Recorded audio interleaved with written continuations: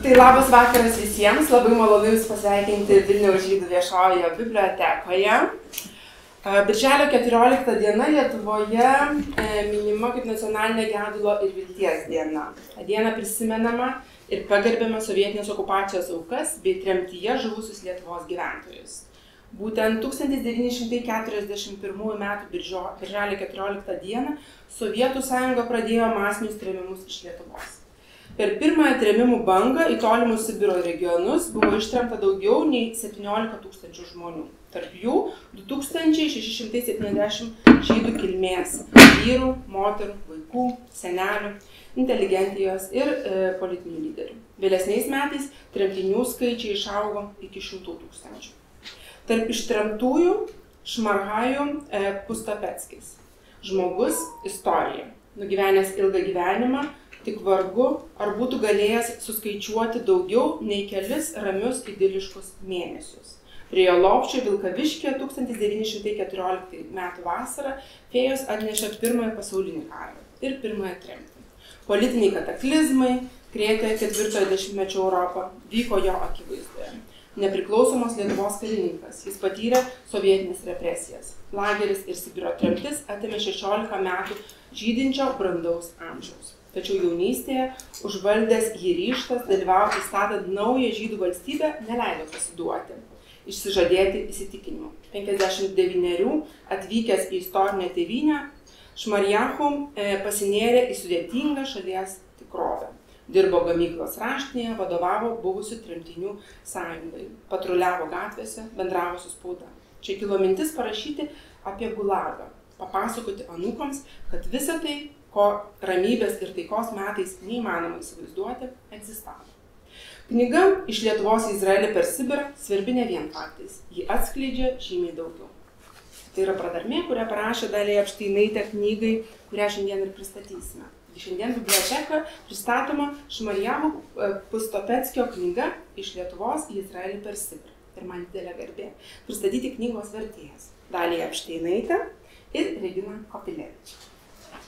Dalija Epšteinaitė, rašytoja, vertėja, Lietuvos rašytojų sąjungos narė, dirbusi radijo ir televizijos komitete vertėja. Pagal kūrybinės sutartis bendradarbiavosi su leidyklomis.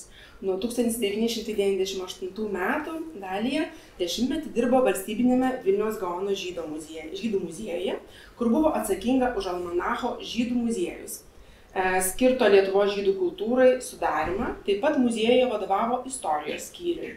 Nuo 2008 metų Lietuvos žydų istorijai bei kultūrai skirto almanacho Brasta vyriausioji redaktorė ir sudarytoja. Bendradarbiavo su Lietuvos ir užsienio leidyklomis. Už kūrybos visumą apdovanota Boriso Jelcino fondo premija 2007 metais, už lietuvių literatūros užsienyje populiarinimą Lietuvos didžiojo kunigaikščio Gedimino ordino medaliu 2014 metais. Ir Regina Kopilevič yra istorikė, gidė, vertėja. 2010 metais Regina pelnė Lietuvos gidų sąjungos, Lietuvos plieninio gido, išsirmingiausią gido apdovanojimą. Taigi pasveikinimai kaip vertėjas. Taip pat šį vakarą didelė garbė mums čia priimti ir pasveikinti Baltijos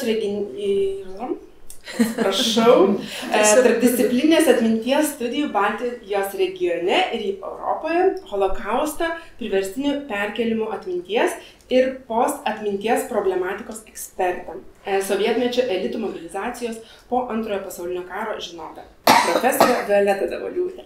Profesorė dirba Vilniaus universiteto tarptautinių santykių ir politikos mokslų institute, istorijos institute, Lietuvos kultūros tyrimų institute.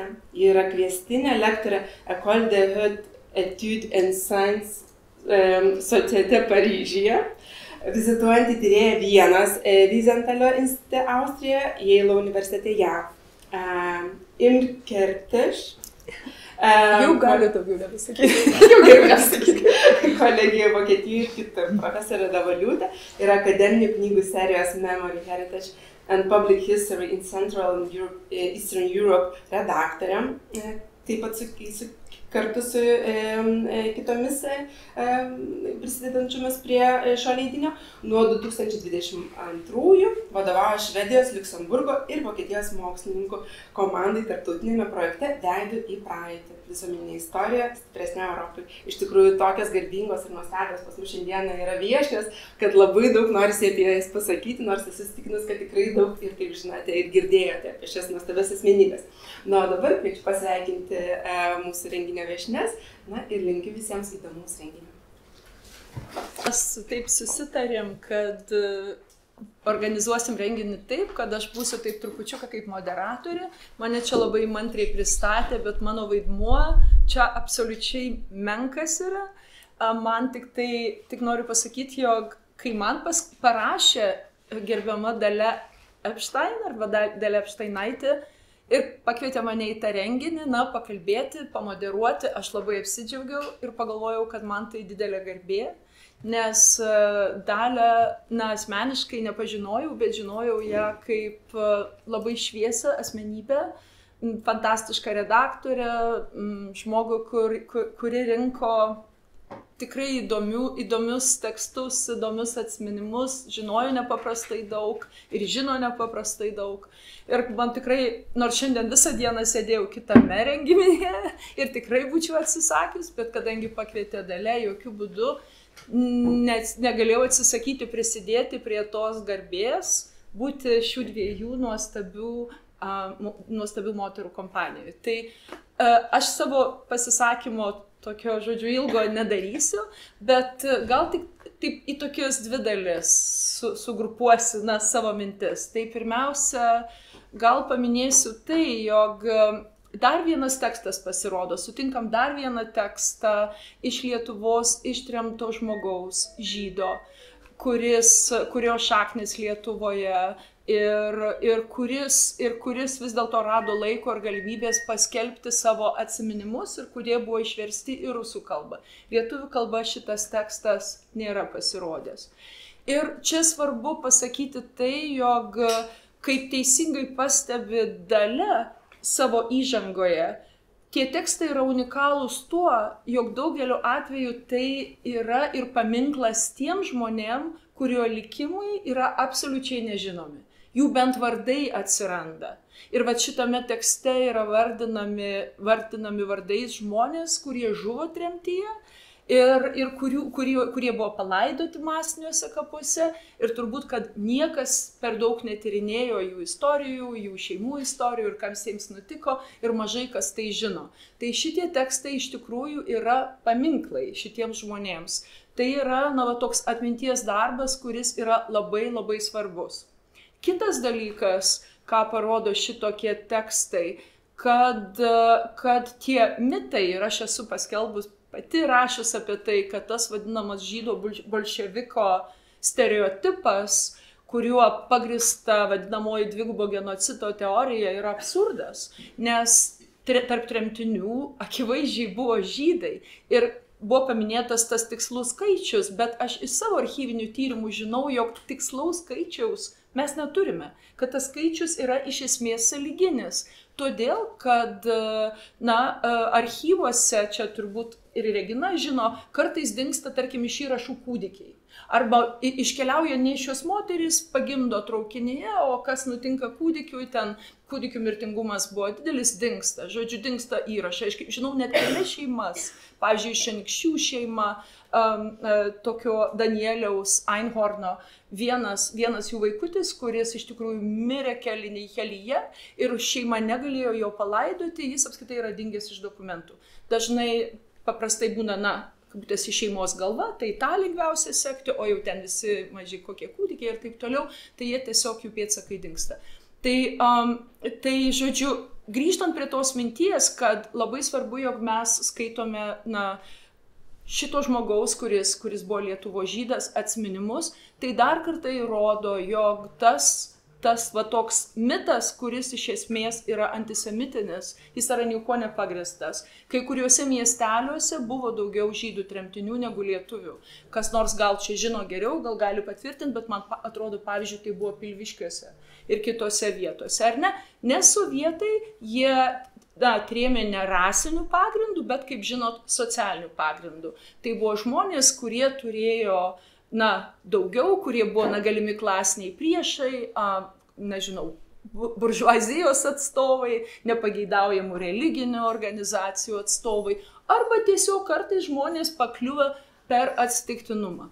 Kas yra dar labai svarbu ir tikrai norėčiau čia tą akcentuoti, jog knygoje yra labai įdomių archyvinių nuotraukų ir tai dar kartą parodo, kaip tos asmeninės šeimų biografijos, jos kažkaip atkuria ne tik to šeimos istoriją, bet tos aplinkos, to miestelio, to regiono istoriją.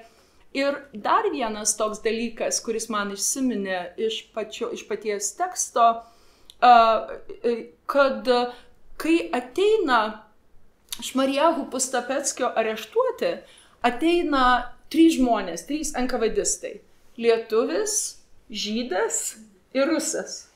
Ir man tai priminė dar vieną įdomų labai nepaskelbtą tekstą mano draugo, kuriam praėjusi gruodį, 24 metų gruodžio mėnesį, suėjo lygiai 100 metų. Tai žmogaus pavardė Aškenazė, jis yra Izrael Šlomo Aškenazė iš Kauno, dabar gyvenantis Monrealyje, bet jis vadina tiesiog Tedu, mes vadinam Tedu, Ted Aškenazė, su kuriuo mes pradėjom susirašinėti, gal prieš 4 metus, po to, kai jis perskaitė mano keletą straipsnių apie Lietuvos žydus tremtinius. Jis papasakojo lygiai tą pačią istoriją. Jo šeimos areštuoti atėjo vienas žydas, vienas rusas ir vienas lietuvis. Ir beje, nežinau, gal ten jo tėvas, šeima buvo pakankamai turtinga, jie Kaune Daukanto gatvėje turėjo saldumynų gamyklą ir kitos nuosavybės, gal ten ir kyšį kažkokį davė, bet jiems padėjo netgi tie 3 vyrai pakuotis daiktus ir jų dėka jie faktiškai išgyveno, pabėgo iš tremties ir tada nelegaliai, tuoj pat po karo, 45 metų pabaigoje čia pabėgo iš Vilniaus su falsifikuotais lenkiškais pasais. Ir Ted Aškenazė, tuoj sugrįšim prie šito pasakojimo, Ted Aškenazė net norėjo atsidėkoti beje vienam iš tų NKVDistų, beje lietuviui, kuris ypatingai kruopščiai padėjo ten viską pakuoti ir taip toliau. Tai svarbu yra tai, jog tos istorijos, jos atskleidžia detalės tų visų įvykių ir juos paneigia mitus. Ir tai yra labai svarbu. Kaip ir tarp aukų nebuvo vien tik etniniai lietuviai, taip ir tarp tų, kurie atėjo areštuoti, jokių būdų nebuvo žydai, kaip dažnai buvo galima girdėti antisemitiniuose pasakojimuose ir tuose, vadinamo žydo bolševiko stereotipiniuose pasakojimuose, ar ne? Tai visa tai aiškiai, akivaizdžiai per žmonių istorijas paneigia tuos stereotipus ir tai yra labai svarbu. Kitas momentas, irgi iš tos pačios knygos, man labai įstrigęs, kaip viename vagone atsiranda Šmarijahu Pustapeckis, dar vienas žydas, nebepamenu pavardės, ir vienas lietuvis karininkas, irgi tarp tų jau tremiamųjų. Ir tas lietuvis karininkas iškišęs galvą ten pro traukinio vagoną rėkė, jeigu aš išgyvensiu, užmušiu visus žydus. Ir tada jį griebė už atlapų tie 2 žydai ir sako, maždaug tu, taigi šlykštinė, mesgi kartu traukinį sėdim, sako, tai aš negalvoju, kad čia ne apie jūs žydai, bet apie kitus žydus. Ir po karo susitikę, čia grinai iš šito pasakojimo, jie susitinka, apsikabina su tuo, kuris pro langą ten šaukia ir sako, klausyk, aš tavęs atsiprašau, bet sako, žinai, ta tremtis mane išgelbėjo nuo dalyvavimo, aš turbūt būčiau dalyvavęs, genocido metu, turbūt, kad būčiau žudęs žydus. O dabar aš nuo to išvengiau, o štai Šmarijahu Pustapeckiui galima sakyti, kad tremtis irgi išgelbėjo gyvybę. Ir paskutinis punktas, jo tekstas vis dėlto parodo, jog tremtis 41 metų, tai tremtys buvo daugiaetninės, jos parodo, kad vis dėlto buvo labai daug solidarumo tarp žmonių ir ta knyga atskleidžia, jis rašo apie lietuvį gerą gydytoją, apie lenką gydytoją, kuris gelbsti kalinius, kurie yra visiškai išsekę. tuo pat metu jisai sako, kad ačiū Dievui, kad kai kitą mano draugą atėjo areštuoti, nebuvo to žydo enkovadisto, kuris ten viską išrausė ir ištraukė. Žodžiu, tai tos etninės ribos visai išsitrina šitame kontekste, bet po to viskas, žinoma, pasikeičia grįžus į gimtasias vietas po tremties, pamačius įsitraukimą vietos žmonių į holokaustą ir taip toliau. Kitaip sakant, tai yra labai tokie sudėtingi santykiai, bet, sakau, parodo šitą daugia etniškumą 41 metų tremčių ir dar parodo, jog ne visiems tos tremtis buvo išsigelbėjimas. Kaip jau minėjau, vardina žmonės, kurie žuvo kelyje, mirė iš bado, mirė nuo infekcinių baisių ligų ir taip toliau. Kitaip sakant, per mažai yra žinoma apie tų tremčių patirtis, įskaitant ir žydų patirtis. Tai visapusiškai labai toks tikrai informatyvus, įdomus tekstas ir dar kartą noriu pasveikinti šito teksto moteris, kurios, tikrai galino šitą tekstą ir vertėja, ir įžangos autorė, dar kartą pasveikinti ir suteikti joms žodį. Ačiū uždėmesį.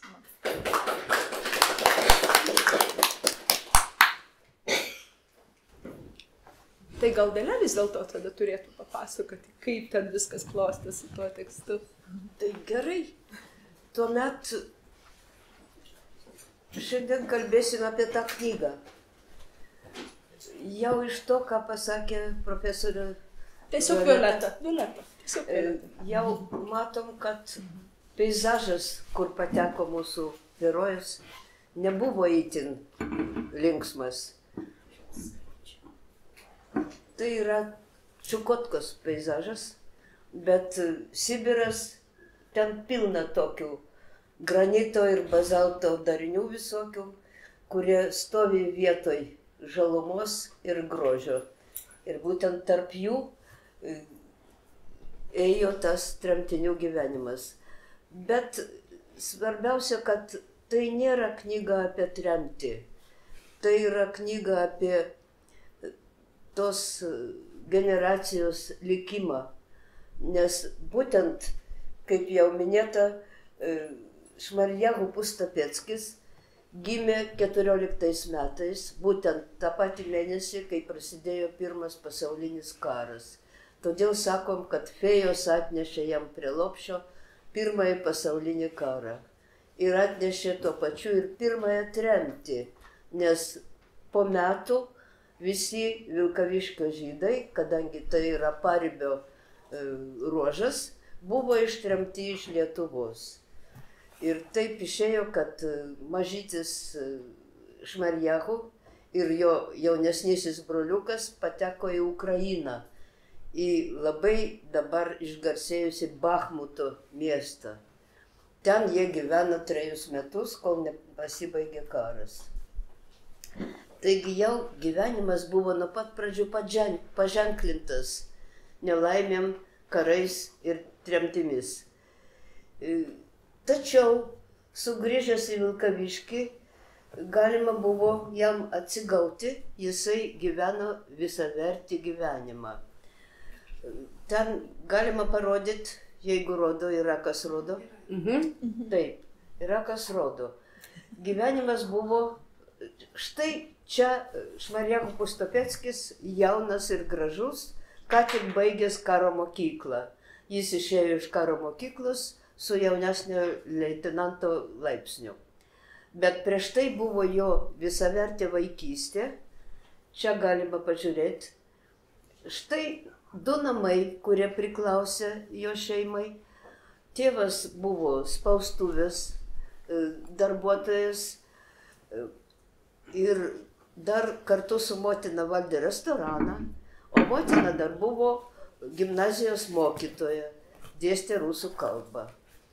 Taigi šeimoje kalbėjo rusų kalba, bet tai nereiškia, kad jie nemokėjo kitų kalbų. Tas labai kažkaip pabrėžia to žmogaus charakterį, nes kiek man teko skaityti žydų atsiminimų iš vaikystės, visada yra labai dideli tokie detalūs aprašymai, šabas, žvakės, motinos malda, kidušas, halos ten ir taip panašiai. Nieko panašaus mes nematom Šmarijacho Pustopeckio pasakojime. Nieko apie specifinę žydišką tokią vaikystę ir tradicinį auklėjimą. Apie tai nerandam nė žodžio, bet tai nereiškia, kad to nebuvo. Štai kur yra fenomenas, kad visa tai buvo. Nu tai buvo tiek organiška ir natūralu, kad apie tai neverta nekalbėti. Vėliau, paskutiniuose puslapiuose mes matom, kad jis moka parašyti laišką jidiš kalba ir kad jis orientuojasi ir tradicijose, ir papročiuose, ir visa kita, tas nebuvo jam svetima. Bet tai buvo taip įaugę į jo esybę kažkokią, kad neverta apie tai nekalbėti. Tai štai tie du namai, o štai laiminga vaikystė, tada buvo labai populiaru fotografuotis arba tokiam lėktuvėlyje, arba kokiai karetoje su trejetą arklių ten ir visa kita, toks grožis. Ir tai buvo metai, kai labai ėjo į madą radijas. Tai radijas ir aviacija buvo maždaug to laikmečio tokie simboliai. Žmonės labai svajojo apie lėktuvus ir visi norėjo turėti radijo imtuvą. O štai yra dar laimingi tokie laimingos akimirkos su motina pliaže.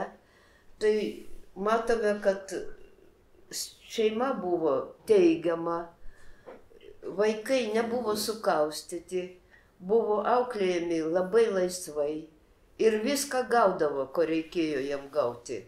Pavyzdžiui, kai Šmarijacho buvo 9, motinai patarė vykti į Karlsbadą, gydytis ten kažkokios ligos, o ten kaip tik vyko, Karlsbade vyko sionistų kongresas. Tai motina, ponia Pustopeckienė, nusivedė abu vaikus į tą kongresą, nes tai įdomu, tai įvykis, tai reiškinys, o vaikai 9 ir 8, kurie jau lankė Vilkaviškio gimnaziją, puikiausiai bendravo su kongreso dalyviais hebrajų kalba.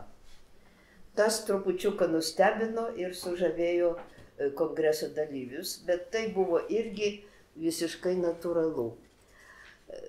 Apie savo vaikystę ypatingai Šmarijacho nepasakoja, bet iš tų retų žodelių galima suprasti, kad jis gaudavo viską, kas buvo geriausio. Pavyzdžiui, aš įstojau į Varšavskio chederį, paskui pradžios mokyklą, o po to į Vilkaviškio gimnaziją.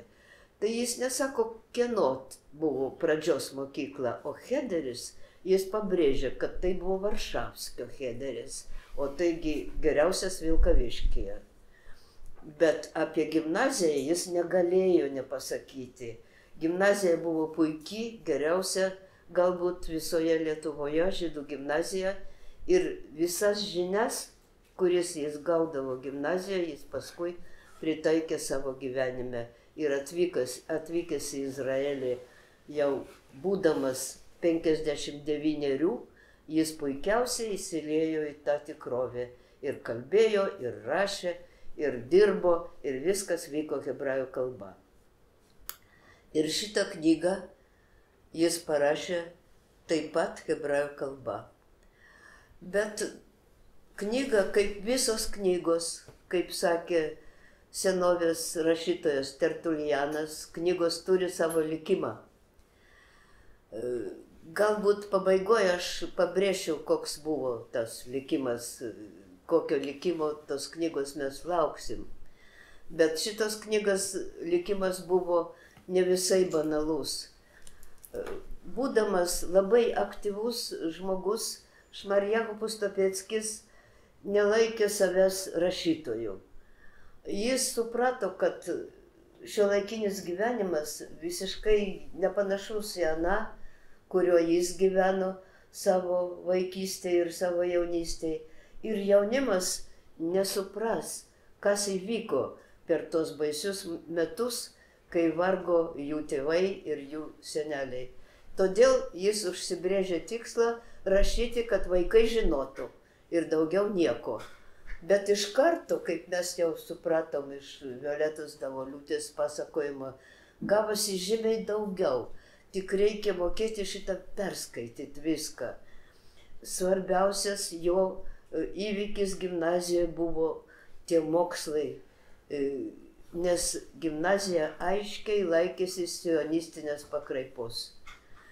Ir ten, štai, o čia įdomu pažiūrėti, man buvo įdomu, iš kur susirinko tiek gerų mokytojų. Nes studijavo ješivose ir mokytojų seminarijose vien vyriškiai, jaunuoliai. Merginų ten neimdavo. Bet 19 metais, kai buvo organizuotas centrinis švietimo komitetas, CBK, jidiš kalba tai buvo Central Bildung Komitet.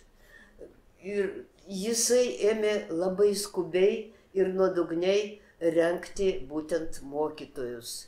Ir išėjo puikus mokytojai. Čia mes matom šitoj vinjetėj, tai yra absolventai 30 metų.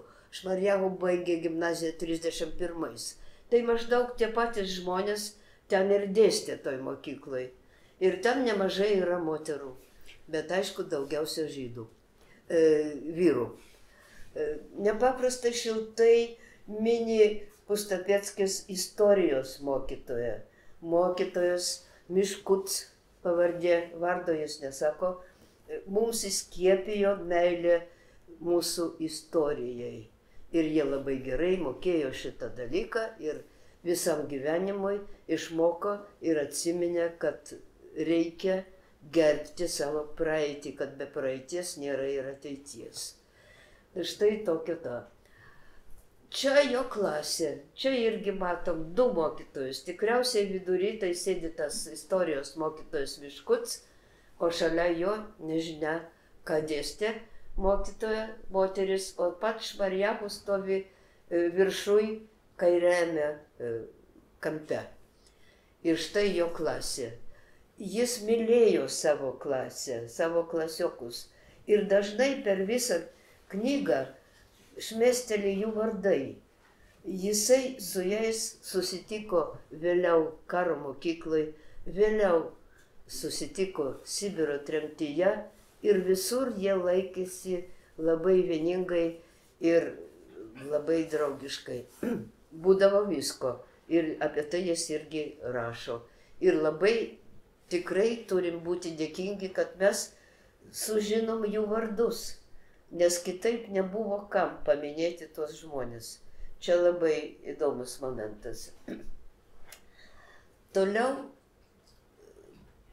baigė žmogus gimnaziją ir žinot, nepaisant tų gilių žinių, kurias jisai gavo ir kaip jis visko domėjosi, jis negalėjo pasirinkti savo profesijos.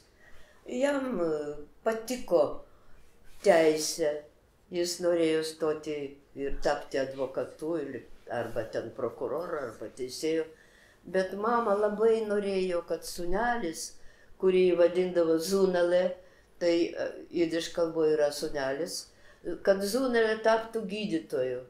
Ir jis rašo, kaip kiekviena žydų mama, ji norėjo, kad aš tapčiau gydytoju. Aš ją mylėjau ir sutikau. Vien iš meilės mamai.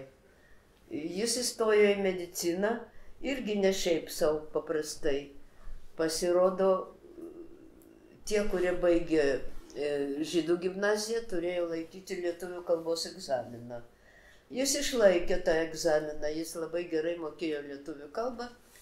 Nu, ten knygoje aprašytas tas epizodas, kad medicinos fakulteto prorektorius buvo kunigas, kuris paklausė, o kaip tavo vardas išverčiamas į lietuvių kalbą.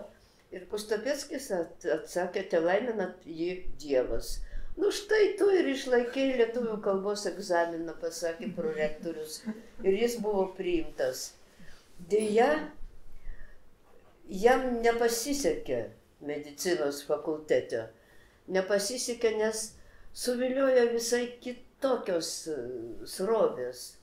Tada labai įdomu ir labai didelį poveikį šitai gimnazijai ir apskritai jaunimu darė sionizmo idėjos.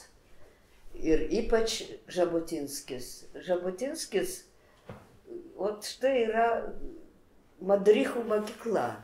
Tai yra mokykla, kurią paraleliai su medicinos fakultetu lankė Pustapeckis ir daugelis jo klasiokų.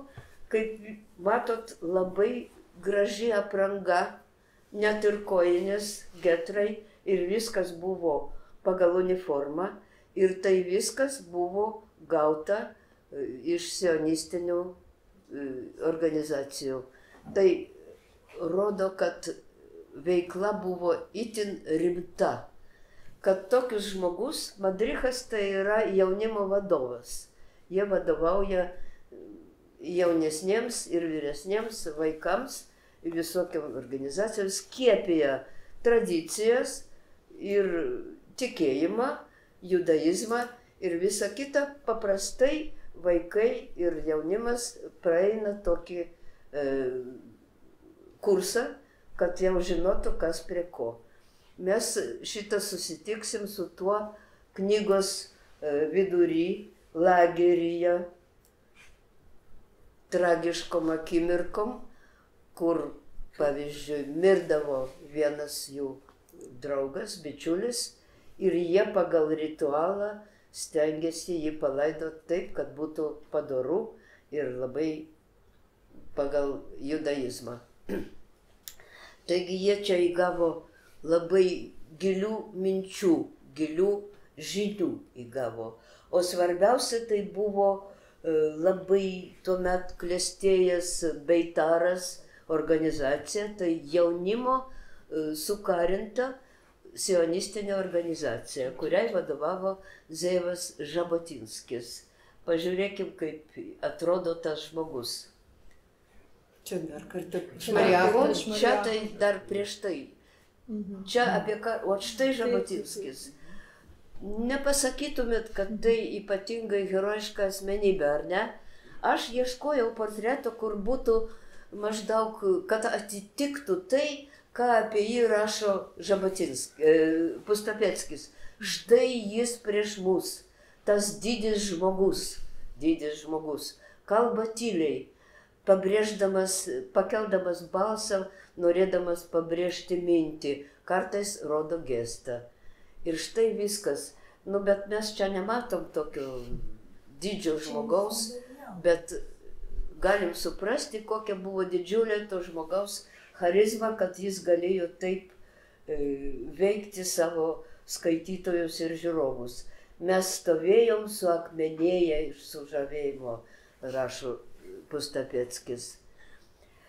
Taigi su medicina reikėjo baigti. Po antro kurso nieko neišėjo. Deja, reikėjo kažkur dingti. Ir čia sutiko žmogų, kuris pasakė, labai gera mintis, klausyk, važiuok tu į Čekoslovakiją. Ten yra universitetas, kur gali pramokti tekstilės pramonės.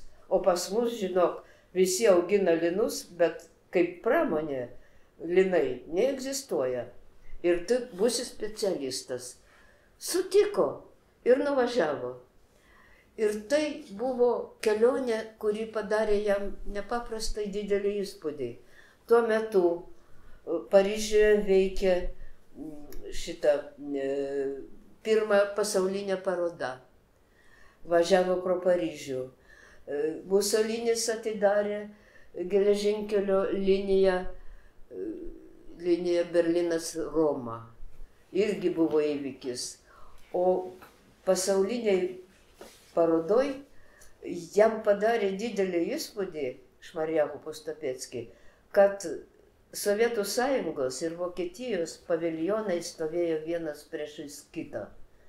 Dar nebuvo jokių minčių, kad kils karas, o jis sukrėtė tas būtent prieš pastatymas. Labai įdomu. Tik pradėjęs studijuoti Brno mieste, o štai čia yra vairuotojo pažymėjimas, kurį jis gavo Brno mieste, kadangi jau ten veikia Beitaro organizacijoje. Prasimokęs vieną semestrą sužinojo, kad šaukiamas jis į kariuomenę. Šauktinis. Sugrįžo į Vilkaviškį, kur jį nustebino nepaprastai toks taikus patriarchalinis gyvenimas, kažkokie vežikai geležinkelio stotyje, ramybė namuose, didžiulis džiaugsmas jį sutikus, nes jis jau parvažiavo su žmona, jis ten apsivedė Brno mieste savo vaikystės draugę. Ir tai buvo ištikima viso gyvenimo meilė. Ir štai reikia jam žygiuoti į kariuomenę. Tuomet prisiminė nuotrauką su lėktuvėliu ir svajonės apie lėktuvus ir radiją. Ir pasakė, kad norėtų stoti į aviacijos mokyklą. Šitą jis pasakė kariniam komisariate. Ten labai buvo nepatogu. Tas kariškis, kuris su juo kalbėjo, prisipažino, dėja, sako, į aviacijos mokyklą žydų nepriima. Tai buvo galbūt pirmas, nebent pirmas paminėtas atvejis, kai jam šitaip sudavė per galvą su jo žydiškumu. Bet nepasimetė Šmarjaho Pustopeckis. Jis atrėžė, jeigu nepriima į aviacijos mokyklą, tai aš iš viso neisiu į kariuomenę. O tas tai jau nepriklauso nuo manęs, prisipažino tas majoras, atrodo, ir tik patraukė pečiais. Labai nusiminęs sugrįžo Šmarjaho Pustopeckis namo ir prisipažino, kad tiesiog pasimetęs nežino, ką daryti. Galų gale Vilkaviškis yra labai nedidelis miestas ir visi visus pažįsta. Atėjo jų geras tėvų pažįstamas ir pasakė, o gal tu nori į karo mokyklą stoti? Ir jisai sutiko. Ir štai karo mokykloj, čia kitas žmogus. Gerai, karo mokykloj jis prasimokė 2 metus, mes matėm žmogų su milinė, jis jau išėjo iš jos jaunesnio leitenanto laipsnio.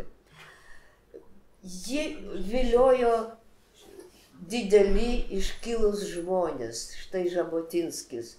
Žabotinskis buvo pasaulinė žvaigždė, aišku. Bet nemažiau jį žavėjo kitas žmogus. O parodykim tą kitą. Štai paprastas darbininkas, ar ne? Žmogus be uniformos ir be jokių regalijų. Tai yra Tomaš Batia, čekų avalynės magnatas. Tomaš Batia buvo batsiuvio sūnus, kuris nuo mažens pramoko savo tėvo amato ir galų gale nutarė sukurti didelę avalynės pramonę. Jis važiavo į Ameriką, įsidarbino Fordo gamykloje ir ten labai gerai įveikė konvejerių sistemą ir pradėjo, sugrįžęs į Čekiją, pradėjo diegti šitą konvejerio metodą. Tomaš Batia pasiekė labai didelių aukštumų. Jo gamyklos klestėjo, jo modeliai buvo visiems žinomi ir jis nepaprastai rūpinosi savo darbininkų gerbūviu. Jis statė darbininkams namus, ištisus kvartalus, kino teatrus, ligoninės, nes žmonės, kurie dirbo jam, jis gerbė tos žmonės. Jis buvo labai išradingas. Kartais dabar, nežinau, man tai teko Londone matyti tokią avalynę, 2 spalvų. pavyzdžiui, priekis vienos spalvos ir kulnas, o vidus šonai kitos spalvos. Dabar tai laikomas tokiu įdomiu dizainu, ar ne? Bet Tomaš Bate šitą idėją pritaikė, kai jam atsitiko žaliavos deficitas. Pasibaigė odos atsargos ir jis sukūrė tokį modelį, kur priekis ir kulnas buvo odiniai, o šonai buvo medžiaginiai, tekstiliniai. Štai iki šiol tas dalykas yra madingas. Aišku, mirus, žuvus autokatastrofai, Tomašui Batei visi labai liūdėjo, jam Brno mieste yra pastatytas paminklas ir labai iki šiol yra gerbiamas. Tai matom, kad tokie žmonės visada domino Šmariahu Pustopeckį, jie galėjo būti nebūtinai žymus ir iškilus, bet ir paprastas žmogus, kuris turi galvą ant pečių, visada jam buvo įdomus. Štai jo vestuvės jie vedė Brno mieste didžiojoj sinagogoj. Nors niekada jis neminė savo prisiminimuose apie ritualus, ten šabo šventę, vis dėlto jie apsivedė sinagogai. Ir tai buvo visiškai natūralu. O čia jau prasideda labai liūdni dalykai, mes sustosim šalia šitos nuotraukos. Nes sugrįžęs iš Brno, jis pateko jau į 40-uosius metus. Jau atėjo rusai, jau Lietuva buvo aneksuojama ir pasipylė ateiviai. Pustopeckių šeima buvo išmesta iš namų ir prisiglaudė kažkur, išsinuomojo mažą butuką, motinas su tėvu ir broliuku, o Šmariahus su žmona Liuba kartu su jos tėvais apsigyveno irgi kitam nuomojamam bute. O reikia sakyti, kad Liubos tėvas, tai yra Pustopeckio uošvis, buvo turtingas žmogus ir valdė tokią įmonę kaip Pasaga Vilkaviškyje, gamyklą. Aišku, kai prasidėjo nacionalizacija, ta gamykla buvo nacionalizuota, žmogus buvo išmestas iš buto, iš namo ir kaip visi buvę savininkai, vilko tokį gyvenimą. Kai kuriems leisdavo pasilikti savo buvusiai įmonei, bet kaip eiliniam darbininkui. Bet šito neužtenka. Vieną gražią dieną, būtent gražią naktį, 3 valandą nakties, jos pažadino grubus beldimas į duris, įvirto 3 ginkluoti žmonės. Vienas buvo vietos žydas, buvęs komunistas, kitas buvo atvykėlis iš Maskvos, rusų kažkoks kariškis, o 3 buvo lietuvis. Tai tokia kompanija atėjo suimti Pustopeckių šeimos. Galima įsivaizduoti, kiek žmonės buvo pasimetę ir nieko negalėjo suprasti, kur jos varo. Kodėl jos išvaro? Jiems pasakė, imkit pačius būtiniausius daiktus. Kam atrodė, kad būtiniausias daiktas yra, pavyzdžiui, gimtadienio dovanotas puodelis. Jis įmetė šitą daiktą. Kitam atrodė, kad mėgstamiausias ten kažkoks kostiumėlis ar dar ką nors. O Pustopeckienės broliukui Šmueliui brangiausias daiktas buvo akordeonas, jis labai buvo geras muzikantas, išvis ta šeima buvo nepaprastai muzikali. Yra aprašymas, kaip kiti tremtiniai vykdavo su barža Lenos upėje ir ten kas galėjo, tas muzikavo, ten vadovavo chorui Hermanas Perelšteinas, mūsų žinomas muzikantas ir chorvedys. Ir tas Pustopeckio žentas, tai yra jo žmonos broliukas jaunesnysis, grojo akordeonu. Bet dėja tai buvo ne jo akordeonas. Jam neleido pasiimti jo instrumento. Ir neleido. Ir būtent siautėjo, kaip tik tas iš 3, atspėkit kas, ogi tas komunistas žydas. Kitas vyrukas, kuris buvo kariškis atvykęs iš Maskvos, sako, tegul įima, nu kas čia tokio akordeonas. Ne, uždrausta, instrukcijų tokių nėra, kad imtų žmonės akordeonus. Ir tai buvo labai didelė trauma tam vaikinui. Ir kas tikriausiai vėliau lėmė, kad jis neišgyveno tos tremties, nes jis turėjo dirbti Bykov mise labai sunkų darbą, o jis buvo dar nepilnametis. Ir jis neatlaikė tų išbandymų. O jam siūlė dirbti teatre, būtent groti, bet neturėjo instrumento. Ir štai taip teko atsisveikinti su juo. O juos, kaip žinia, kas skaitė apie tremtį, lietuviai tremtiniai labai daug apie tai kalbėjo, kad suimdavo kartu, paskui stotyje išskirdavo vyrus atskirai, šeimas atskirai, tą patį patyrė ir Pustopeckių šeima. Paskutinį kartą Šmarjachų matė savo žmoną Liubą, kuri lakstė tarp vagonų ieškodama jo, nes kažkur jai pavyko gauti maišelį cukraus. Ji norėjo jam įduoti tą maišelį cukraus. Po to jisai pamatė savo motiną. Motina atėjo, ji buvo atėjusi todėl, kad tas žmogus, kuris neva išvarė jų iš namų, labai buvo kažkaip gerai nusiteikęs jų atžvilgiu. Ir jis buvo pulkininkas pavardė Cimbal, rado galimybę jai nuvykti į stotį ir atsisveikinti su sūnum. Dar žmonės nežinojo, kas jų laukia.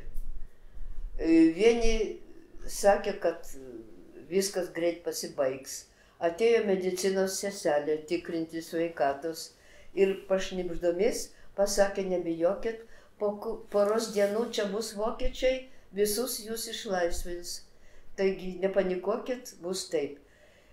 Iki daug kažkiek paskutiniųjų dienų Pustopeckis nežinojo, iš kur ji tą žinojo, kad po kelių dienų ateis vokiečiai. O ji žinojo. Labai kažkaip atkuto lietuviai ir prasidėjo kalbos. O žydai tai nežinia, kas bus, o lietuvius tai išleis ir panašiai. Ir paskui pajudėjo tie ešelonai. Tik po 2 savaičių jie sužinojo, kad niekas neateis jų išlaisvinti, kad prasidėjo karas, o jie jau labai toli nuo gimtojo savo Vilkaviškio. Ir vis tiek žmonės net susigaudydavo, kur jos veža. Ir tokių galima gražių legendų prisiskaityti. Vieni spėliojo, kad čia vis dėlto jau panašu į Sibirą, kad toliau bus Amerika. Juos tikriausiai nutrenks į Ameriką, į Aliaską, sakysim. Kiti dar kažką panašaus tokio kalbėjo, bet niekam neatėjo į galvą, kad jie pateks ten, kur visiškai nėra jokio būsto, jokių namų, nėra kur gyventi ir nėra iš ko gyventi. Taip mūsų autorius pateko į Rešotų lagerį.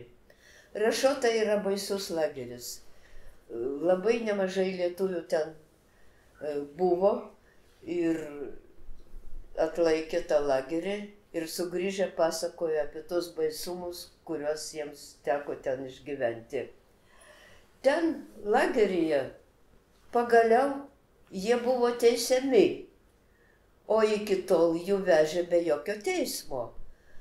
Šitas normalus žmogus kuris kažką ragavo, kokio išsilavinimo vidurinės mokyklos ar gimnazijos, negalėjo įsivaizduoti, kad žmogus gali būti areštuotas be teismo ir įkalintas be teismo jokio. O štai teismas prasidėjo lageryje, tardymas. Maždaug vienodai visiems priteisė po 10 metų ir jie jau žinojo savo straipsnį, žinojo, kad jie yra liaudės priešai ir jie yra sovietų valdžios priešai ir visa kita, ir turėjo kiekvieną rytą per patikrinimą raportuoti savo straipsnį ir savo tą būtent kaltę tokią. O šitokio gyvenimo reikėjo, jie turėjo apie 8 metus. Kodėl ne 10? Kodėl 8? Todėl, kad kartais pasitaikydavo kažkiek žmogiškesnis tas tardytojas. Vienam patiko, kad tu kalbi rusiškai, nes daugelis nemokėjo rusų kalbos. Pustapeckis mokėjo. Kitam kažkaip patiko, kad jis turi kombinezoną darbininkišką, matyt darbininkas, ne koks nors buržujus. Aišku, reikėjo ten su jais ir mokėti susišnekėti. Ir tie, kurie mokėdavo susišnekėti, gaudavo trupučiuką mažesnį tą laiką. Pustapeckis to nemokėjo, jis nesusišnekėjo. Ir toliau vyko tas gyvenimas su baisiom lygom, kur žmonės mirdavo kaip musės nuo dizenterijos, nuo bado, nuo išsekimo ir viso.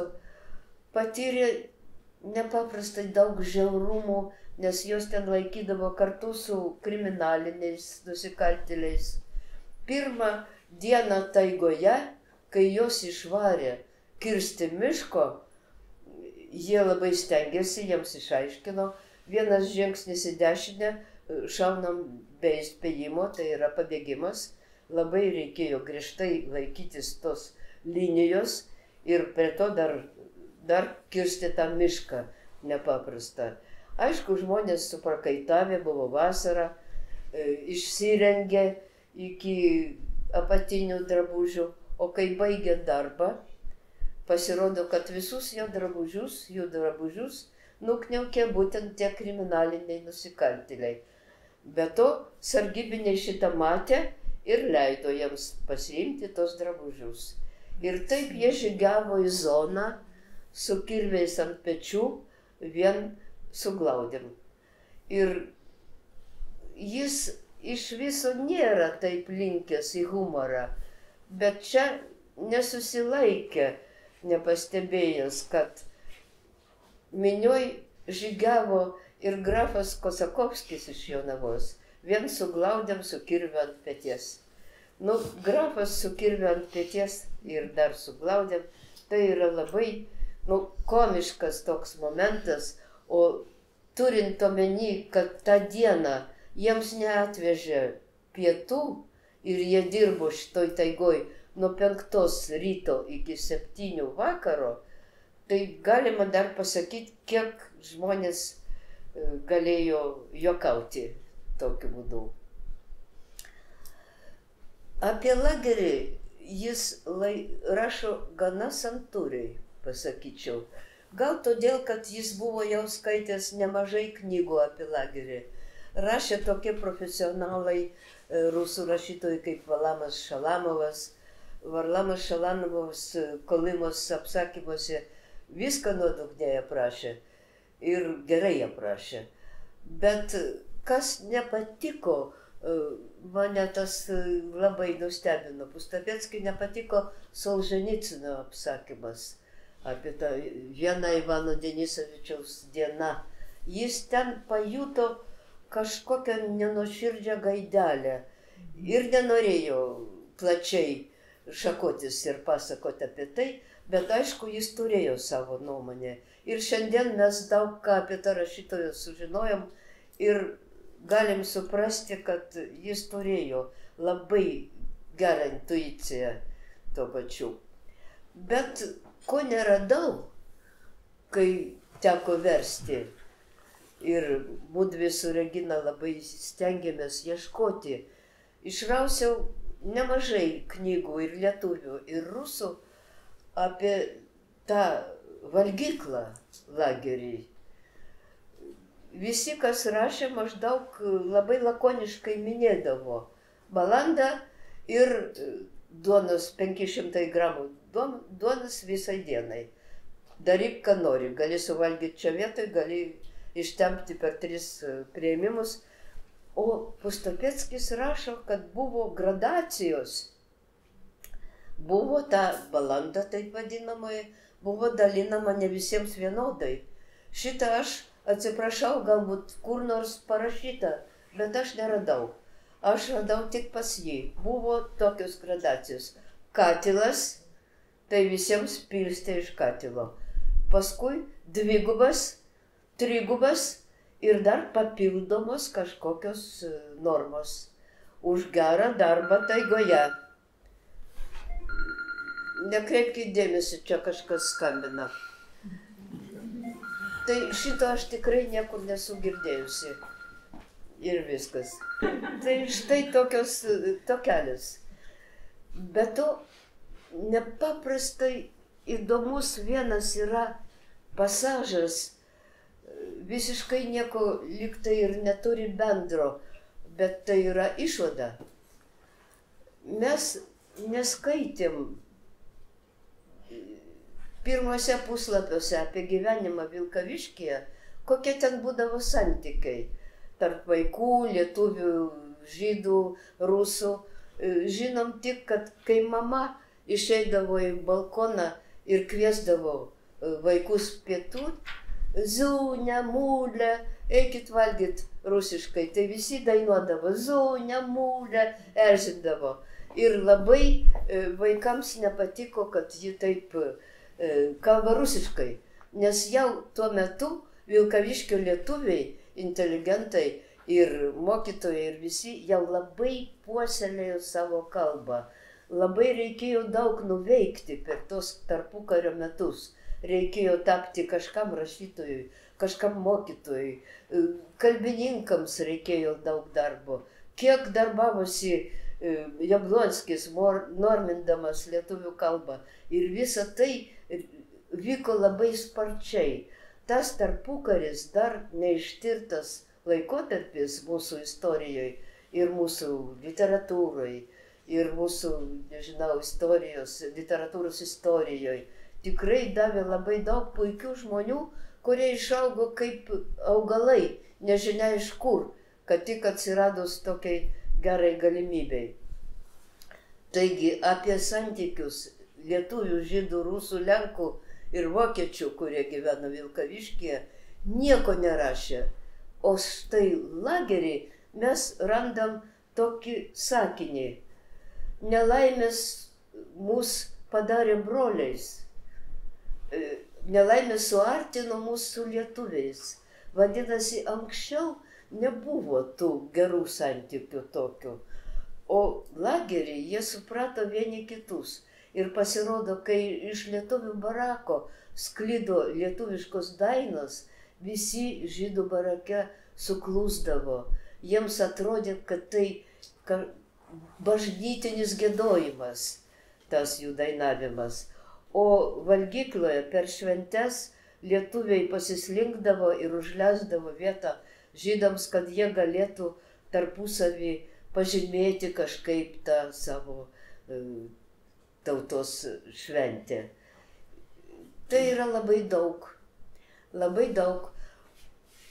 Galų gale taip ir slinko tas gyvenimas. Jam pavyko įveikti sunkią lygą. Jis ėmė sveikti, bet vis tiek nebuvo tokios geros sveikatos, kad galėtų vėl sugrįžti į mišką. Labai daug puslapių skirta darbams, kurie vyko lageryje. Paskui po lagerio labai sunkiai keliaujant iš vieno kalėjimo į kitą, tai yra labai ilga procedūra. O paprastai žmonės lageryje rašo, pirma buvo lageris, paskui mus išvarė į tremtį, į tokį kaimą Sibiro glūdumoj. Pasiekti tą kaimą buvo labai sunku ir galų gale pasiekė tą kaimą. Tai buvo kaimas pavadinimu Tasejevo. Gal Regina papasakos, kaip mes ieškojom to pavadinimo. Ir ten jisai jau gavo lygtai teisę gyventi kaip laisvam žmogui. Aišku, reikėjo atsižymėti, aišku, negalima niekur išvykti, bet vis tiek tą dieną, kai juos atvežė į tą Tasejevą ir paliko mokytojų namų salėje ar klubo salėje ant šiaudų, paliko sargybiniai ir išėjo neatsisveikinę, niekas nesuprato, kas įvyko. Galų gale jie negrįždavo tie sargybiniai ir negrįžo visą naktį. Iš ryto vienas jų išdrįso, žiūrėkit, kaip buvo įbauginti, vienas jų išdrįso pažvelgti į lauką ir sugrįžo į salę, mikčiodamas, sakė, nėra sargybinių. Jie net neatsisveikinę, išbėgo savo reikalais. Ir taip prasidėjo jų pusiau laisvų žmonių gyvenimas. Vėliau rado sugrįžti ir šeimai. Šeima buvo ištremta prie Laptevų jūros. Ten mirė Pustopėckio žmonos Liubos broliukas, kuris negavo savo akordeono. Ten mirė jo uošvis, buvęs Pasagos savininkas. O su Liuba Pustopėckienė atvyko jos motina. Ir jie trise apsigyveno Troicko kaime. Troickas tai jau buvo panašu į kažkokį žmogišką kaimą. Ir ten jiems gimė sūnelis Efraimas. Štai Fima Pustopėckis jau 57 metais. Jau pakvypo kažkokiais kitais vėjais. O prieš tai jie gyveno Troicke, visi dirbo, turėjo mažą lopinėlį darželio prie namų, kažką ten sodino ir labai gerai sugyveno su vietos gyventojais. Labai buvo ten ir įdomių žmonių. Apie visus Pustopėckis labai gerai atsiliepė. Kartais net ir labai keistai, pavyzdžiui, mus aplankė kaimo pamišėlė Linda. Mes ją pasodinom prie stalo, davėm pieno ir duonos. Jinai valkatavo. Mes ją pamaitinom, jinai kreipėsi į mus kažkodėl vokiškai, Linda. O kai nustebom, ji pasakė, aš galiu ir prancūziškai. Aš esu grafienė Uvarova. Ir pasakė, kad jiedu su vyru buvo pabėgę į Sibirą nuo bolševikų. Per bolševikų perversmą 17 metais. Sibire vyras mirė ir jai pasimaišė protas, ji žino tai. Bet neliūdėkit, pasakė ji, nieko baisaus, greit pasimirs Stalinas ir visi išeisim. Išgirdę tą vardą, jiedu nustėro, nes ištarti Tirono vardą išvis buvo tabu lageriuose, kalėjimuose ir čia dabar šitam Troicke kaime. Jie pradėjo kažką murmenti, kad jie neišmano apie politiką, nežinia, kas ta Linda, kur ji dar eis, į kam ji ką pasakys. Tiek to, bet Linda dėja labai greitai dingo iš šito kaimo. Mes nieko apie ją daugiau nežinom, bet ji taip šmėstelėjo toj knygoj, kaip labai ryškus epizodas, kad ten galima buvo susilaukti visko. Maždaug aš jau turbūt artėjau prie pabaigos, nes laimingos pabaigos dar reikėjo laukti labai ilgai. Labai ilgai reikėjo sugrįžti į Lietuvą, o reikėjo ten Lietuvoje vėl pradėti kažkokius kryžiaus kelius eiti, galų gale. Jis neblogai varėsi su savo nauja profesija. Ten tremtyje jis įvaldė buhalterio profesiją ir įvaldė gana virtuoziškai. Visų pirma, jo kandidatūrą kėlė abejonė.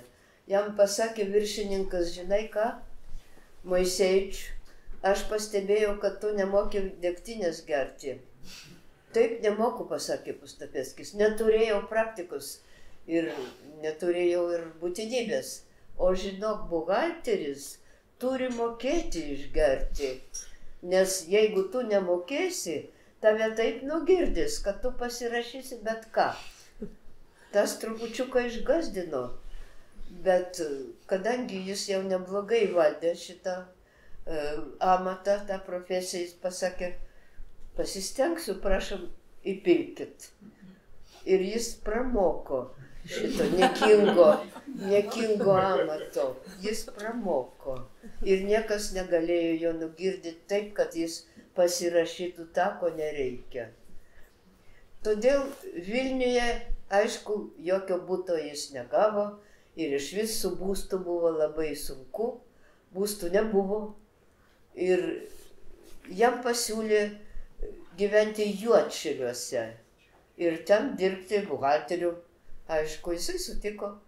Ir ten jie irgi trupučiuką vargo, bet kadangi jis parodė kažkokius nepaprastus sugebėjimus buhalterijoje, ten socialistinio lenktyniavimo nugalėtojai buvo jie su savo buhalterija ir dar kažkas, jie labai greit paaukštino, o kai prasidėjo 5-ojo dešimtmečio pabaigoj statybos, chruščiovinė namai, žinokit, galų gale pajudėjo tą namų statybą, jam skyrė butą, visiškai naują butą naujam name. Tai buvo nepaprasta laimė. Ir žinot, štai Liuba su dviračiu ir Efraimas. Ir be to yra, man atrodo, dar nuotrauka Palangoj. O, jiedu buvo nuvykę į Palangą, kaip normalūs kurortininkai. Čia buvo kažkas tokio visiškai nepaprasta, žiūrėkit, kokie švytintys veidai. Bet jie galbūt nenorėjo sutikti, tai yra, nenorėjo čia likti. Galų gale pradėjo jie kovą už sugrįžimą į pažadėtąją žemę. Nes tai būtent Žabotinskio idėja, kurią jis labai įsidėmėjo ir visą gyvenimą žinojo, kad žydai turi susirinkti savo istoriniai tėvyniai. Ir tuomet prasidėjo ta kova. Galų gale po ilgų labai tokių kančių, galima pasakyti, jiems pavyko išvykti į Izraelį. Jie įvykdė aliją, tai yra sugrįžimas, pakilimas į protėvių žemę. Ir ten jis tiesiog iš karto pasinėrė į tokį labai artimą jam gyvenimą. Jis aktyviai dalyvavo visur. Visų pirma, jis įsidarbino, turėdamas 59 metus. Įsidarbino, aišku, buhalterijoje. Jis netapo nei gydytojų, nei lakūnų netapo, nei tekstilės inžinierium neleido ir viso kita. Bet jis vis tiek, kaip buhalteris, labai buvo savo vietoje. Ir čia, ką mes čia matom? Jaunavedžiai. Čia jau prasidėjo gražus gyvenimas. Efraimas vedė, jis atsivedė į šeimą puikią gražuolę Klarą. Ir buvo labai laimingas, gražus gyvenimas. O Švarjaku Pustapecki, jis dirbo šitoj gamyklos kontoroje, yra, kur jis ten. Va. Štai jisai vadovauja kažkokiam darbui. labai aktyvus žmogus. Būtent tokia iškelta ranka jis parodo, ką gali. Toliau jis vadovavo buvusių Siono belaisvių sąjungai. Tai posėdis. Ir tada jis pradėjo rašyti savo knygą. Atsiprašau, aš atsigersiu.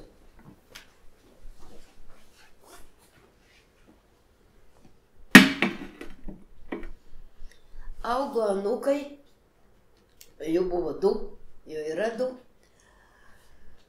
Ir čia matom, anūkas jau nemažas, čia bar micva, tai yra, jam čia yra jau 13 metų. Ir stovi jo senelis visiškai tvirtas ir galingas. Jis parašė tą knygą, bet nelaikydamas savęs rašytojų, jis nenešė jos nei į leidyklą, nei į kokį laikraštį.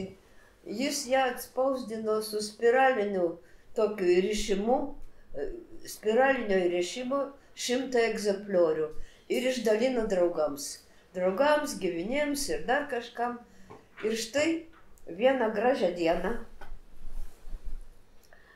mane išsikvietė tuometinis žydų bendruomenės pirmininkas Simonas Alperavičius ir pasakė, aš nežinau, kažkokia moteris atėjo ir atnešė va šitą aplanką.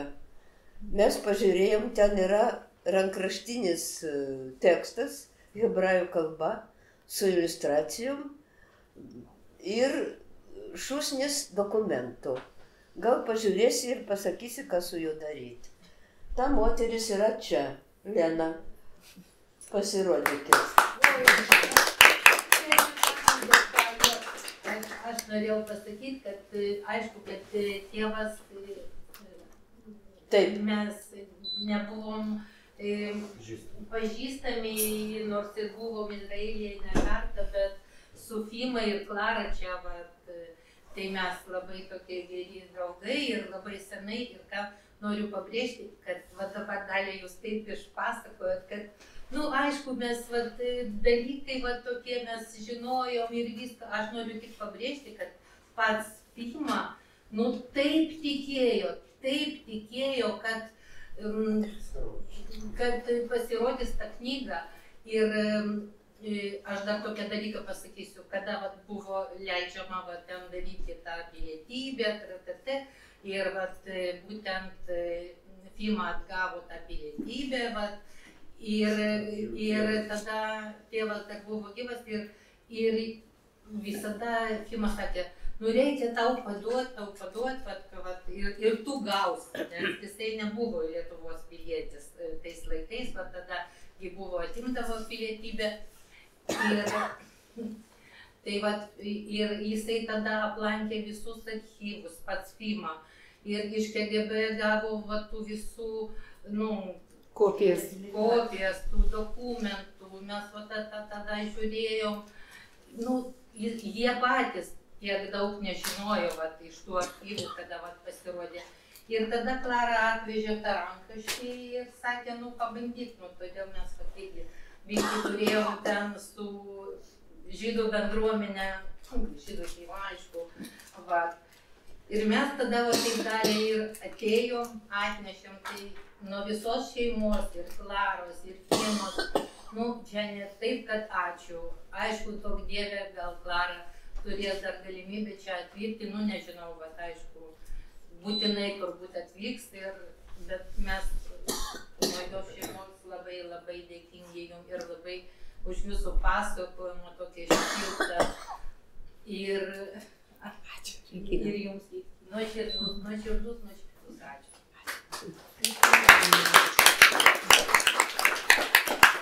O dabar jisai turi 2 anūkus ir 2 proanūkus. Tai šeima vis vien auga. Ir jūs sakėt, kad apie tą istoriją apie akordeoną, tai vyresnysis anūkas, Fimos sūnus vyresnysis, nesakysiu, kad jis žymus muzikantas, bet muzika jų gyvenimas, jis tai profesionalus muzikantas ir tą meilę jam perdavė Fima. Ir todėl, kad jisai pats ir labai gerai groja, labai gražiai dainuoja. Ir jeigu kas atsimena tą Ledzingerį tokį, vat, mikrofoną buvo tokia karaokė, vat, pirmi. Tai Fima, kada buvo čia, mes, vat, tai buvo šventė. Tai kažkas tai perdavė. Ačiū labai. Čia labai įdomu. Tikrai tas aplankas buvo nepaprastai turtingas. Visų pirma, atkreipiau dėmesį į dokumentus. Kažkodėl vairuotojo pažymėjimas, bet spaudas yra Brno, vadinasi ten. Paskui buvo ten kopijos jo interviu laikraščiams. Ir būtent vieną iš savo susitikimų su Žabotinskiu, jis buvo apsaugoj, kurį saugojo Zeivą Žabotinskį ir pasikalbėjo su juo. Ir tada Žabotinskis ištarė aukso žodžius: baikit su diaspora, kitaip jinai pribaigs jūs. Ir tos žodžius jaunasis tada Beitaro karininkas Pustapeckis įsidėjo į širdį ir žinojo, kad su diaspora reikia baiginėti, reikia visiems susirinkti Izraelyje. Bet pats kūrinys kėlė abejonę. Tuomet reikėjo susipažinti, ką parašė tas žmogus ir kodėl jis neišleido jo kaip knygą. Užsakiau išsame anotaciją, ją parašė mano kolegė Ilona Murauskaitė. Ir ta anotacija buvo toks startas šitai knygai judėti kažkur į priekį. Rašėm paraiškas kultūros tarybą, geros valios fondą. Visur buvo atmesta. Geros valios fondas gali prisiminti tie žmonės, jeigu jie kažką atsimena, pareikalavo parodyti originalą. Aš nežinau, ar ten šitam fonde sėdėjo žmonės, kurie skaito hebrajų kalbą, bet aš nunešiau tą originalą. Ir tai buvo jau pretekstas, bet čiagi ne knyga, čia yra rankraštis, ji neišleista kaip knyga. Ir projektas liko neparemtas. Bandė kažką padaryti Vilkaviškio kultūrininkai, bet negavo finansavimo visiškai. Dar kažkas ten vyko pogrindį, kažkas bandė išversti iš hebrajų į anglų, iš anglų į lietuvių ir taip visa kita. Mes nedalyvavom mudvi. Bet kadangi mūsų prašė išversti ir kuo greičiau, mudvi su Regina kasdien po porą valandų dirbom prie šito rankraščio. Tai buvo netoks jau lengvas darbas, bet nebuvo kur ir kaip išspausdinti. Galų gale prisiminė, Regina prisiminė, kad yra Anos Frank centras Peterburge. Ir mes kreipėmės į Anos Frank centrą. Ten pasakė, jokių problemų, išleisiu per 5 paras. Atsiųskit maketą.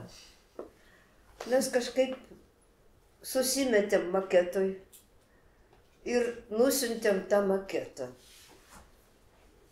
Ta pačią dieną, kai maketas buvo gautas Peterburge, Anos Frank edukaciniam centre, tai yra privati gimnazija, hebrajų kalba. Kaip tik jai labai tiktų toks dalykas. Ta pačią dieną buvo uždarytas Lietuvos konsulatas. Buvo paskui po kelių dienų baigė savo egzistavimą Sochnuto organizacija Peterburge. Nes prasidėjo karas.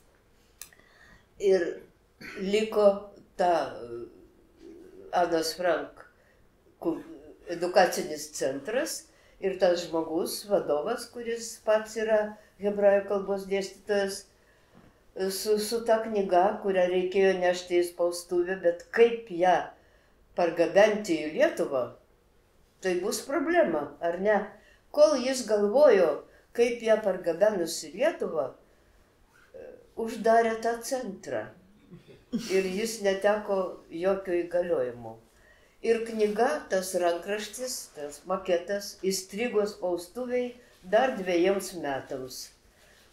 Paskui kažkaip atlyžo, kažkieno ten nuotaika pasitaisė.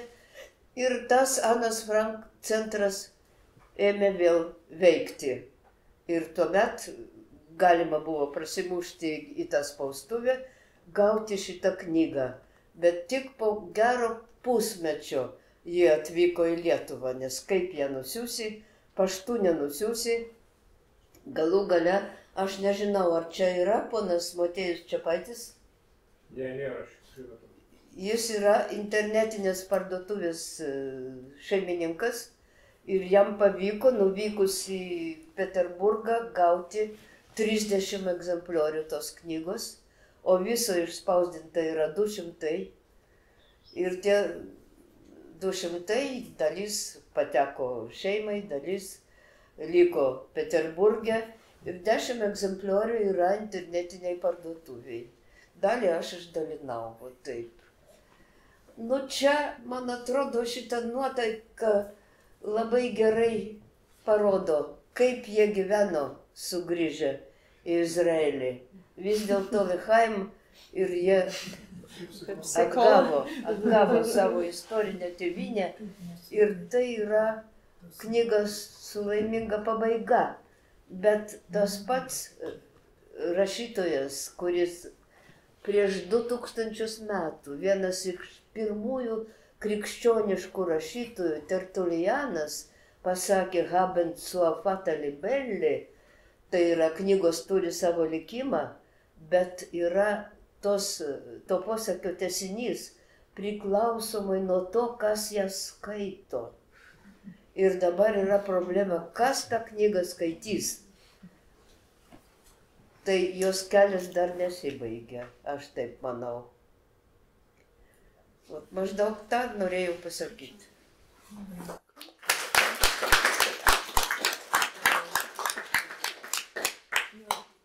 Aš galvoju, gal dabar čia dar žmonės taip kantriai mūsų, žodžiu, dalyvauja, gal Regina galėtų pasakyti apie lingvistinius vertimo aspektus, nes žinau, kad buvo iššūkių įvairių, ar ne? Aš tik tai pasakysiu, kad aš noriu jūs paagituoti, nes jūs visi galite išmokti hebrajų kalbą. Hebrajų kalboje yra tik tai 23 raidės. Jos yra nepaprastai gražios ir aš visus agituoju ir man kartais pavyksta. Kartais, pavyzdžiui, atvažiuoja kažkas ir pasako, kad prieš 10 metų tu mus agitavai, kad mes išmoktumėm ir tu mums parašei labai gražiai hebrajų raidės. Ir dabar tai yra mano specialybė, aš pradėjau, mano specialybė yra jidiš literatūra. Tai aš kiekvieną iš jūsų, nesvarbu koks jūsų amžius, galiu paagituoti, kad jūs visi galite išmokti hebrajų raidės. Ir čia, kaip žinot, kaip akcija būtų iš karto, nes hebrajų ir jidiš kalbos turi tas pačias raidės. Tai čia būtų dvi kalbos už, taip sakant, vienas mokymasis 23 raidžių. Tai galiu tik tai pasakyti, kad iš mano tokios patirties kaip gydės, man labai būna histeriškai juokinga, kai atvažiuoja izraeliečiai ir pasako, kad jie mūsų tų lentų, kurios yra parašytos jidiš kalba, kad jie nesugeba, negali jų skaityti. Nes hebrajų kalba yra kodas, hebrajų kalba yra parašytos tik tai balsis pagrinde, kartais priebalsės. O jidiš kalba yra tas iššifruotas, ta prasme, fonetiškas, su alaf, su o, su visais judais, vavais, u, su visais, vienu žodžiu, su visom balsim tekstas. Ir man labai būna juokinga, kai jis pasako, kad jie nesugeba. Tada aš pradedu jiems skaityti ir jie su manim pradeda skaityti ir aš juos taip išmokau. Tai baisiausia toje knygoje buvo tai tie pavadinimai tų Sibire kaimų Ir vienu žodžiu, tai buvo dėka tik tai Dalios užsispyrimo ir kaip redaktorės, ta prasme, patyrusios, ta prasme, ieškojimo per visas žemėlapius ir enciklopedijas ir panašiai, dar nebuvo tų išteklių, kur dabar yra, kur viskas surašyta, kad Pustopėckiai ištremti, Tasejevo ten buvo, ten. Ir nebuvo dar tų duomenų, tai va, buvo didžiausias iššūkis, tas va, būtent tų trėmimo vietų tas šifravimas, nes jau dėja nei Klara, nei Fima mums nelabai galėjo padėti. Tai va, tai buvo toks iššūkis. O šiaip knyga parašyta labai įdomiai. Jei aš kažko nežinodavau, tai aš skambindavau savo draugams į Izraelį, jeigu ten buvo labai aiškiai parašyta, nuostabia kalba, hebrajų. Ir, ta prasme, žmogus labai buvo, Šmarjahu buvo žmogus toksai su Dievo dovanom, be abejonės. Šmarjahu reiškia, kad Dievas tave saugotų. Šmor, šomer, tai yra šomer saugotojas. Pavyzdžiui, visi žmonės, kurie apsaugoje dirba, tai šomrim yra hebrajų kalba. Tai va, jį Dievas kažkaip išsaugojo visų pirma nuo 41 metų žudynių. Ir noriu pasakyti, kad Vilkaviškis yra labai sionistų, ta prasme, didelė gimtinė, nes esu sutikus keletą grupių tų žmonių, kurie išvyko prieš karą ir kurie, ta prasme, Izraelyje buvo įkūrę kibucus. Va, tai ten buvo labai, ta prasme, Suvalkijoje išvis labai stiprus sionizmo judėjimas. Ir noriu pasakyti, kad Zievas Žabotinskis mano irgi labai didelis toksai kumyras ir mano akimis yra tikras pranašas, nežiūrint į tai, kad, pavyzdžiui, kairieji sionistai, tai kaip Šmarjahu saugojo. Kairieji sionistai arba centro sionistai juos apmėtydavo akmenim, kai Zievas Žabotinskis atvyko į Kauną. Tai va, juos reikėjo fiziškai saugoti. Tai va, Zievas Žabotinskis sakė visiems, kad jūs prašau palikit šią žemę, nes to jūsų neliks. Mano akise buvo visiškas, ta prasme, pranašas. Tai va, labai ačiū, kad tokią nuostabią dieną čia atėjot mūsų paklausyti. Labai ačiū Daliai už jos nuostabų ir erudiciją, ir ištvermę, ir užsispyrimą. Labai didelė garbė. Ir ačiū labai Violetai. Ir Lianai.